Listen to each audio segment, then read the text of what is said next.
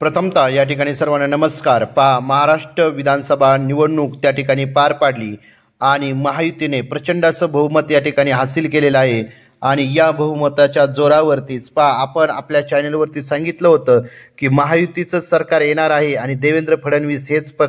मुख्यमंत्री होणार आहेत आणि त्यानुसारच या ठिकाणी झालेलं आहे की उद्याच्याला आझाद मैदानावर त्या ठिकाणी भव्य दिव्य असा सोहळा पार पाडत आहे आणि त्या भव्य दिव्य सोहळ्यामध्ये मुख्यमंत्री म्हणून देवेंद्र गंगाधरराव फडणवीस हेच त्या ठिकाणी शपथ घेत आहेत। म्हणजेच आपण आपल्या चॅनलवरती जे भाकीत व्यक्त केलं होतं ते खरोखर त्या ठिकाणी सत्य ठरलं आहे आणि त्याचबरोबर उपमुख्यमंत्री म्हणून अजित पवार आणि एकनाथ शिंदे हे देखील शपथ घेणार असल्याचं हे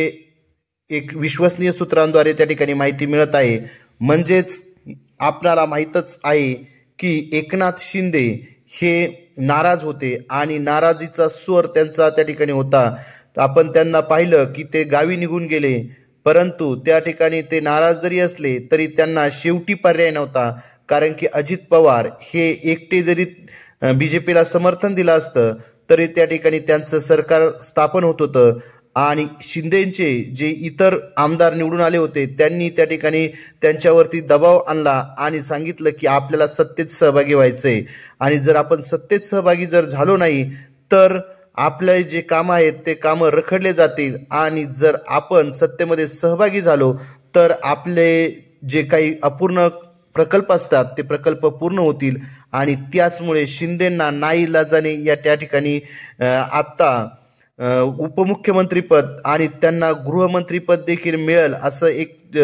दाट शक्यता वाटते। कारण की त्यांनी जर मला मुख्यमंत्रीपदावरती जर तुम्ही नेत नसताल किंवा मुख्यमंत्रीपद देत नसताल तर मला गृहमंत्रीपद आवश्यक आहे असं त्यांचा अट्टहास असल्या कारणामुळे त्या ठिकाणी उद्याच्याला त्यांना उपमुख्यमंत्रीपदाची ते शपथ घेतीलच, त्याचबरोबर गृह खातं देखील त्यांना मिळू शकतं असा प्राथमिक अंदाज त्या ठिकाणी आलेला आहे। म्हणजेच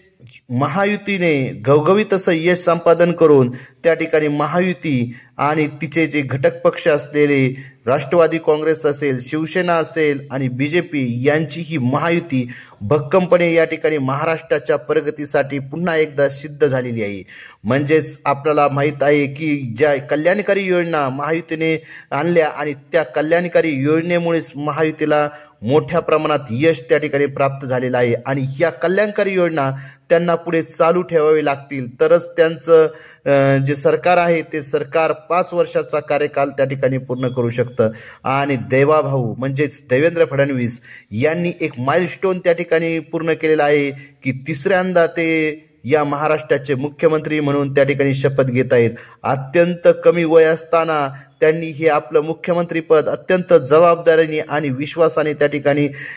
सांभाळलेलं आहे आणि त्याचीच पोहोचपावती म्हणून त्यांना या ठिकाणी ते म्हणत होते मी पुन्हा येईन, मी पुन्हा येईन आणि मी पुन्हा येईन आणि खरोखरच ते त्यांनी सिद्ध करून दाखवलेलं आहे। महाविकास आघाडीचा दारुण पराभव करून एक चाणक्य नीती त्या ठिकाणी वापरून देवेंद्र गंगाधरराव फडणवीस यांनी महाराष्ट्राचे चाणक्य असल्याचं सिद्ध करून दाखवलेलं आहे। एवढ्या 200च्या वर जागा निवडून आणणं हे खूप भव्य दिव्य होतं। म्हणजे मागच्या वेळेस त्यांच्या 106 जागा त्या ठिकाणी फक्त बीजेपीच्या आल्या होत्या, परंतु यावेळेस त्यांनी 132 जागा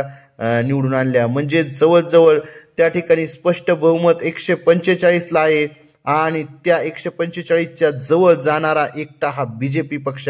ठरलेला आहे। म्हणजेच देवाभाऊने जे काही कर्तृत्व करून दाखवलेलं आहे ते खूप महान आणि एक आपल्याच्या या दृष्टीने त्या ठिकाणी एक इतिहासात नोंद घ्यावी लागेल असंच हे अभूतपूर्व यश त्या ठिकाणी भाजप सरकारने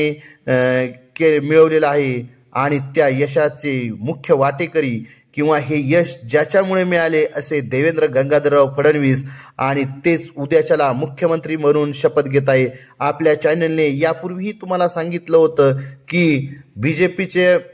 मुख्यमंत्री म्हणून देवेंद्र फडणवीस हेच शपथ घेणार आहेत आणि उपमुख्यमंत्री म्हणून एकनाथ शिंदे आणि अजित पवार हेच असणार आहेत. त्याचबरोबर इतर मंत्रिमंडळ देखील आपण आपल्या चॅनलवरती टाकलेला आहे आणि तुमचा सर्वांचा भरघोस प्रतिसाद आणि त्यामुळेच त्या ठिकाणी आपल्या चॅनलने